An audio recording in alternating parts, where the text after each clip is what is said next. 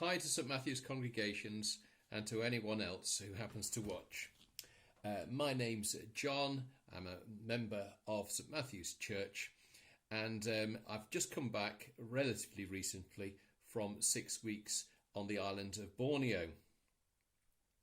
Most of the time I was based in a school in the town of Tawau, but during Chinese New Year, the holiday, I had chance to visit islands and the deep interior. Now, this picture is of Tobin and his family, and they are Tarojan people, and they've become small farmers on small holdings where they have a mix of vegetable growing and also keeping chickens for sale. At Chinese New Year, I was asked to visit their homes and to pray with them, and particularly for the health of all the workers, since there's no such thing as unemployment benefit. Here's a picture of me praying with them. If I can just scroll on to the next slide. Here we go. In this picture, we've got a man in a red t-shirt. He's got tuberculosis, and so unfortunately he is wasting away. And I'll speak more about health later. And I'm praying with this particular gentleman. He's got a chicken farm, and I'm praying for the health and success of his business. Tarojan people live in houses with very elaborate roofs. This one isn't actually lived in at the moment, but on the island of Sulawesi, from where the Tarojan people come from, these are considered to be the normal houses for sleeping in. Now, this particular ethnic group of Tarojan people, they were converted from animism around 100 years ago by Dutch missionaries from the time when it was the Dutch East Indies. When the missionaries withdrew from the island of Sulawesi about in the 1950s, the Tarojan people were left very largely on their own with little pastoral or clergy support. They found it very hard to be Christians without that support. And only very recently has St Matthew's Church in the town of Tawau, where I was staying, they've started supporting these Christians. Even though they're some 200 miles away, they count as part of the parish. Some of these communities are very remote indeed, and this particular picture is of the Mission Aviation Fellowship, which runs a sort of social service for the interior of Borneo from the island of Tarakan. And they drop off health visitors, they drop off teachers and supporters, they do parachute drops, and they also have small airstrips set in the jungle. Now I want to talk about my visit to a village called Sabakis.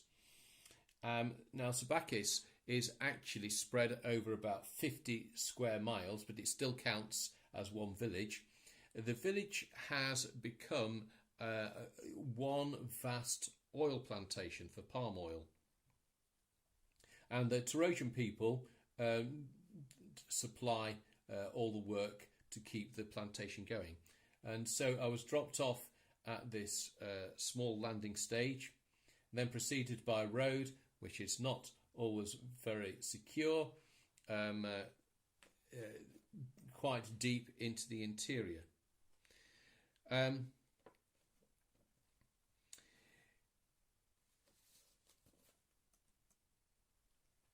When I actually arrived at one particular location within the village, even though the village is spread over a very large distance, I was given a meal of cassava and banana.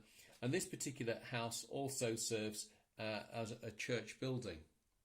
Now, I need to try and emphasize how remote some of these places are. I was the third white person they had ever seen. 4 years previously, two Australian people on a medical mission passed through the village. And I was after those two, I was the next white person they had seen. And they felt very valued indeed. They felt connected to the outside world just because I was there appreciating their hospitality and their presence and praying with them. It's extremely remote.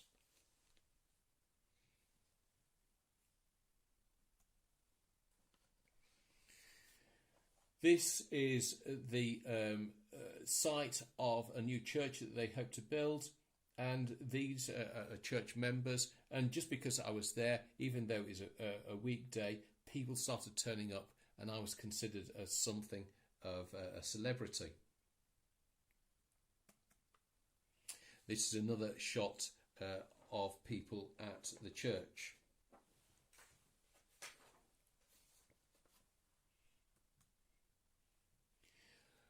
Having left Sabakis and all its remoteness, I got back to the island of Nunakan, which is remote in itself, very few visitors. But church people asked me to go to the hospital, and this is the hospital building. It's only a year old, but unfortunately already falling apart. It's got leaks in it. The doors don't fit because they've swollen and weren't fitted very well in the first place, and poor materials. So I'm afraid the experience wasn't great.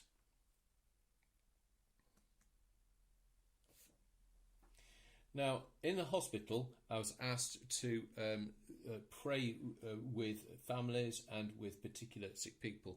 And the first patient I saw was this little boy, 15 months old. He'd got a chest infection, and he'd been cured essentially of that. But the poor little lad's fundamental problem was he's got a hole in the heart.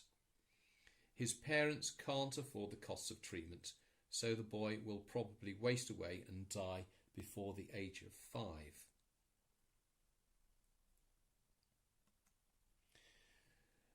The second child was a 7-year-old boy with typhus fever, and that's spread by fleas. And when I was told this, my first thought was, where's the exit? How can I get away? It's a very infectious disease. It's carried by fleas. And when I looked at the conditions, the bedding was dirty. There was a dirty floor. There was no hand sanitizer. The whole area was completely open, no privacy. Lots of children running around. If their parents were ill, then the children got nowhere to go but apart from being with their parents. The lady in the next bed had just delivered a child 5 hours previously, and she was located right against a person with a very highly infectious disease. And finally, I've got no particular picture of the young lady involved. She had just had a stillborn child. She'd come in from Sabakis by truck and by boat, heavily pregnant. And she just had a stillborn child. And I was absolutely heartbroken for her. But both she and her family were accustomed to this sort of loss.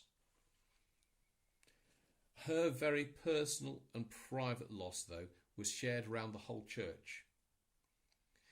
After hospital, she stayed for a few days with the church family before returning to her village. And the whole church, when I mean that, 60 or 70 people packed into a small house to be alongside her, to mourn with her, and to show support and to pray with her. And these are a few of the people who were sat in the house to support her. So I've talked about a few experiences from my travels, and I just want to mention 2 things that I found really encouraging for my faith and perhaps encouraging for some people at St Matthew's. The first is this. It shows how important Christian commitment is. Whatever life circumstances, the love, the Christian love and commitment that people had for each other was very, very real. You could feel it. It's so strong, you could almost touch it. It was solid, it was firm, it was trustworthy, it was reliable. Christian faith made a massive difference to the way people coped with daily life difficulties, including the reality of disease and death. And my second point is this. In our current emergency, we are frightened perhaps of this virus. They live close to death all the time.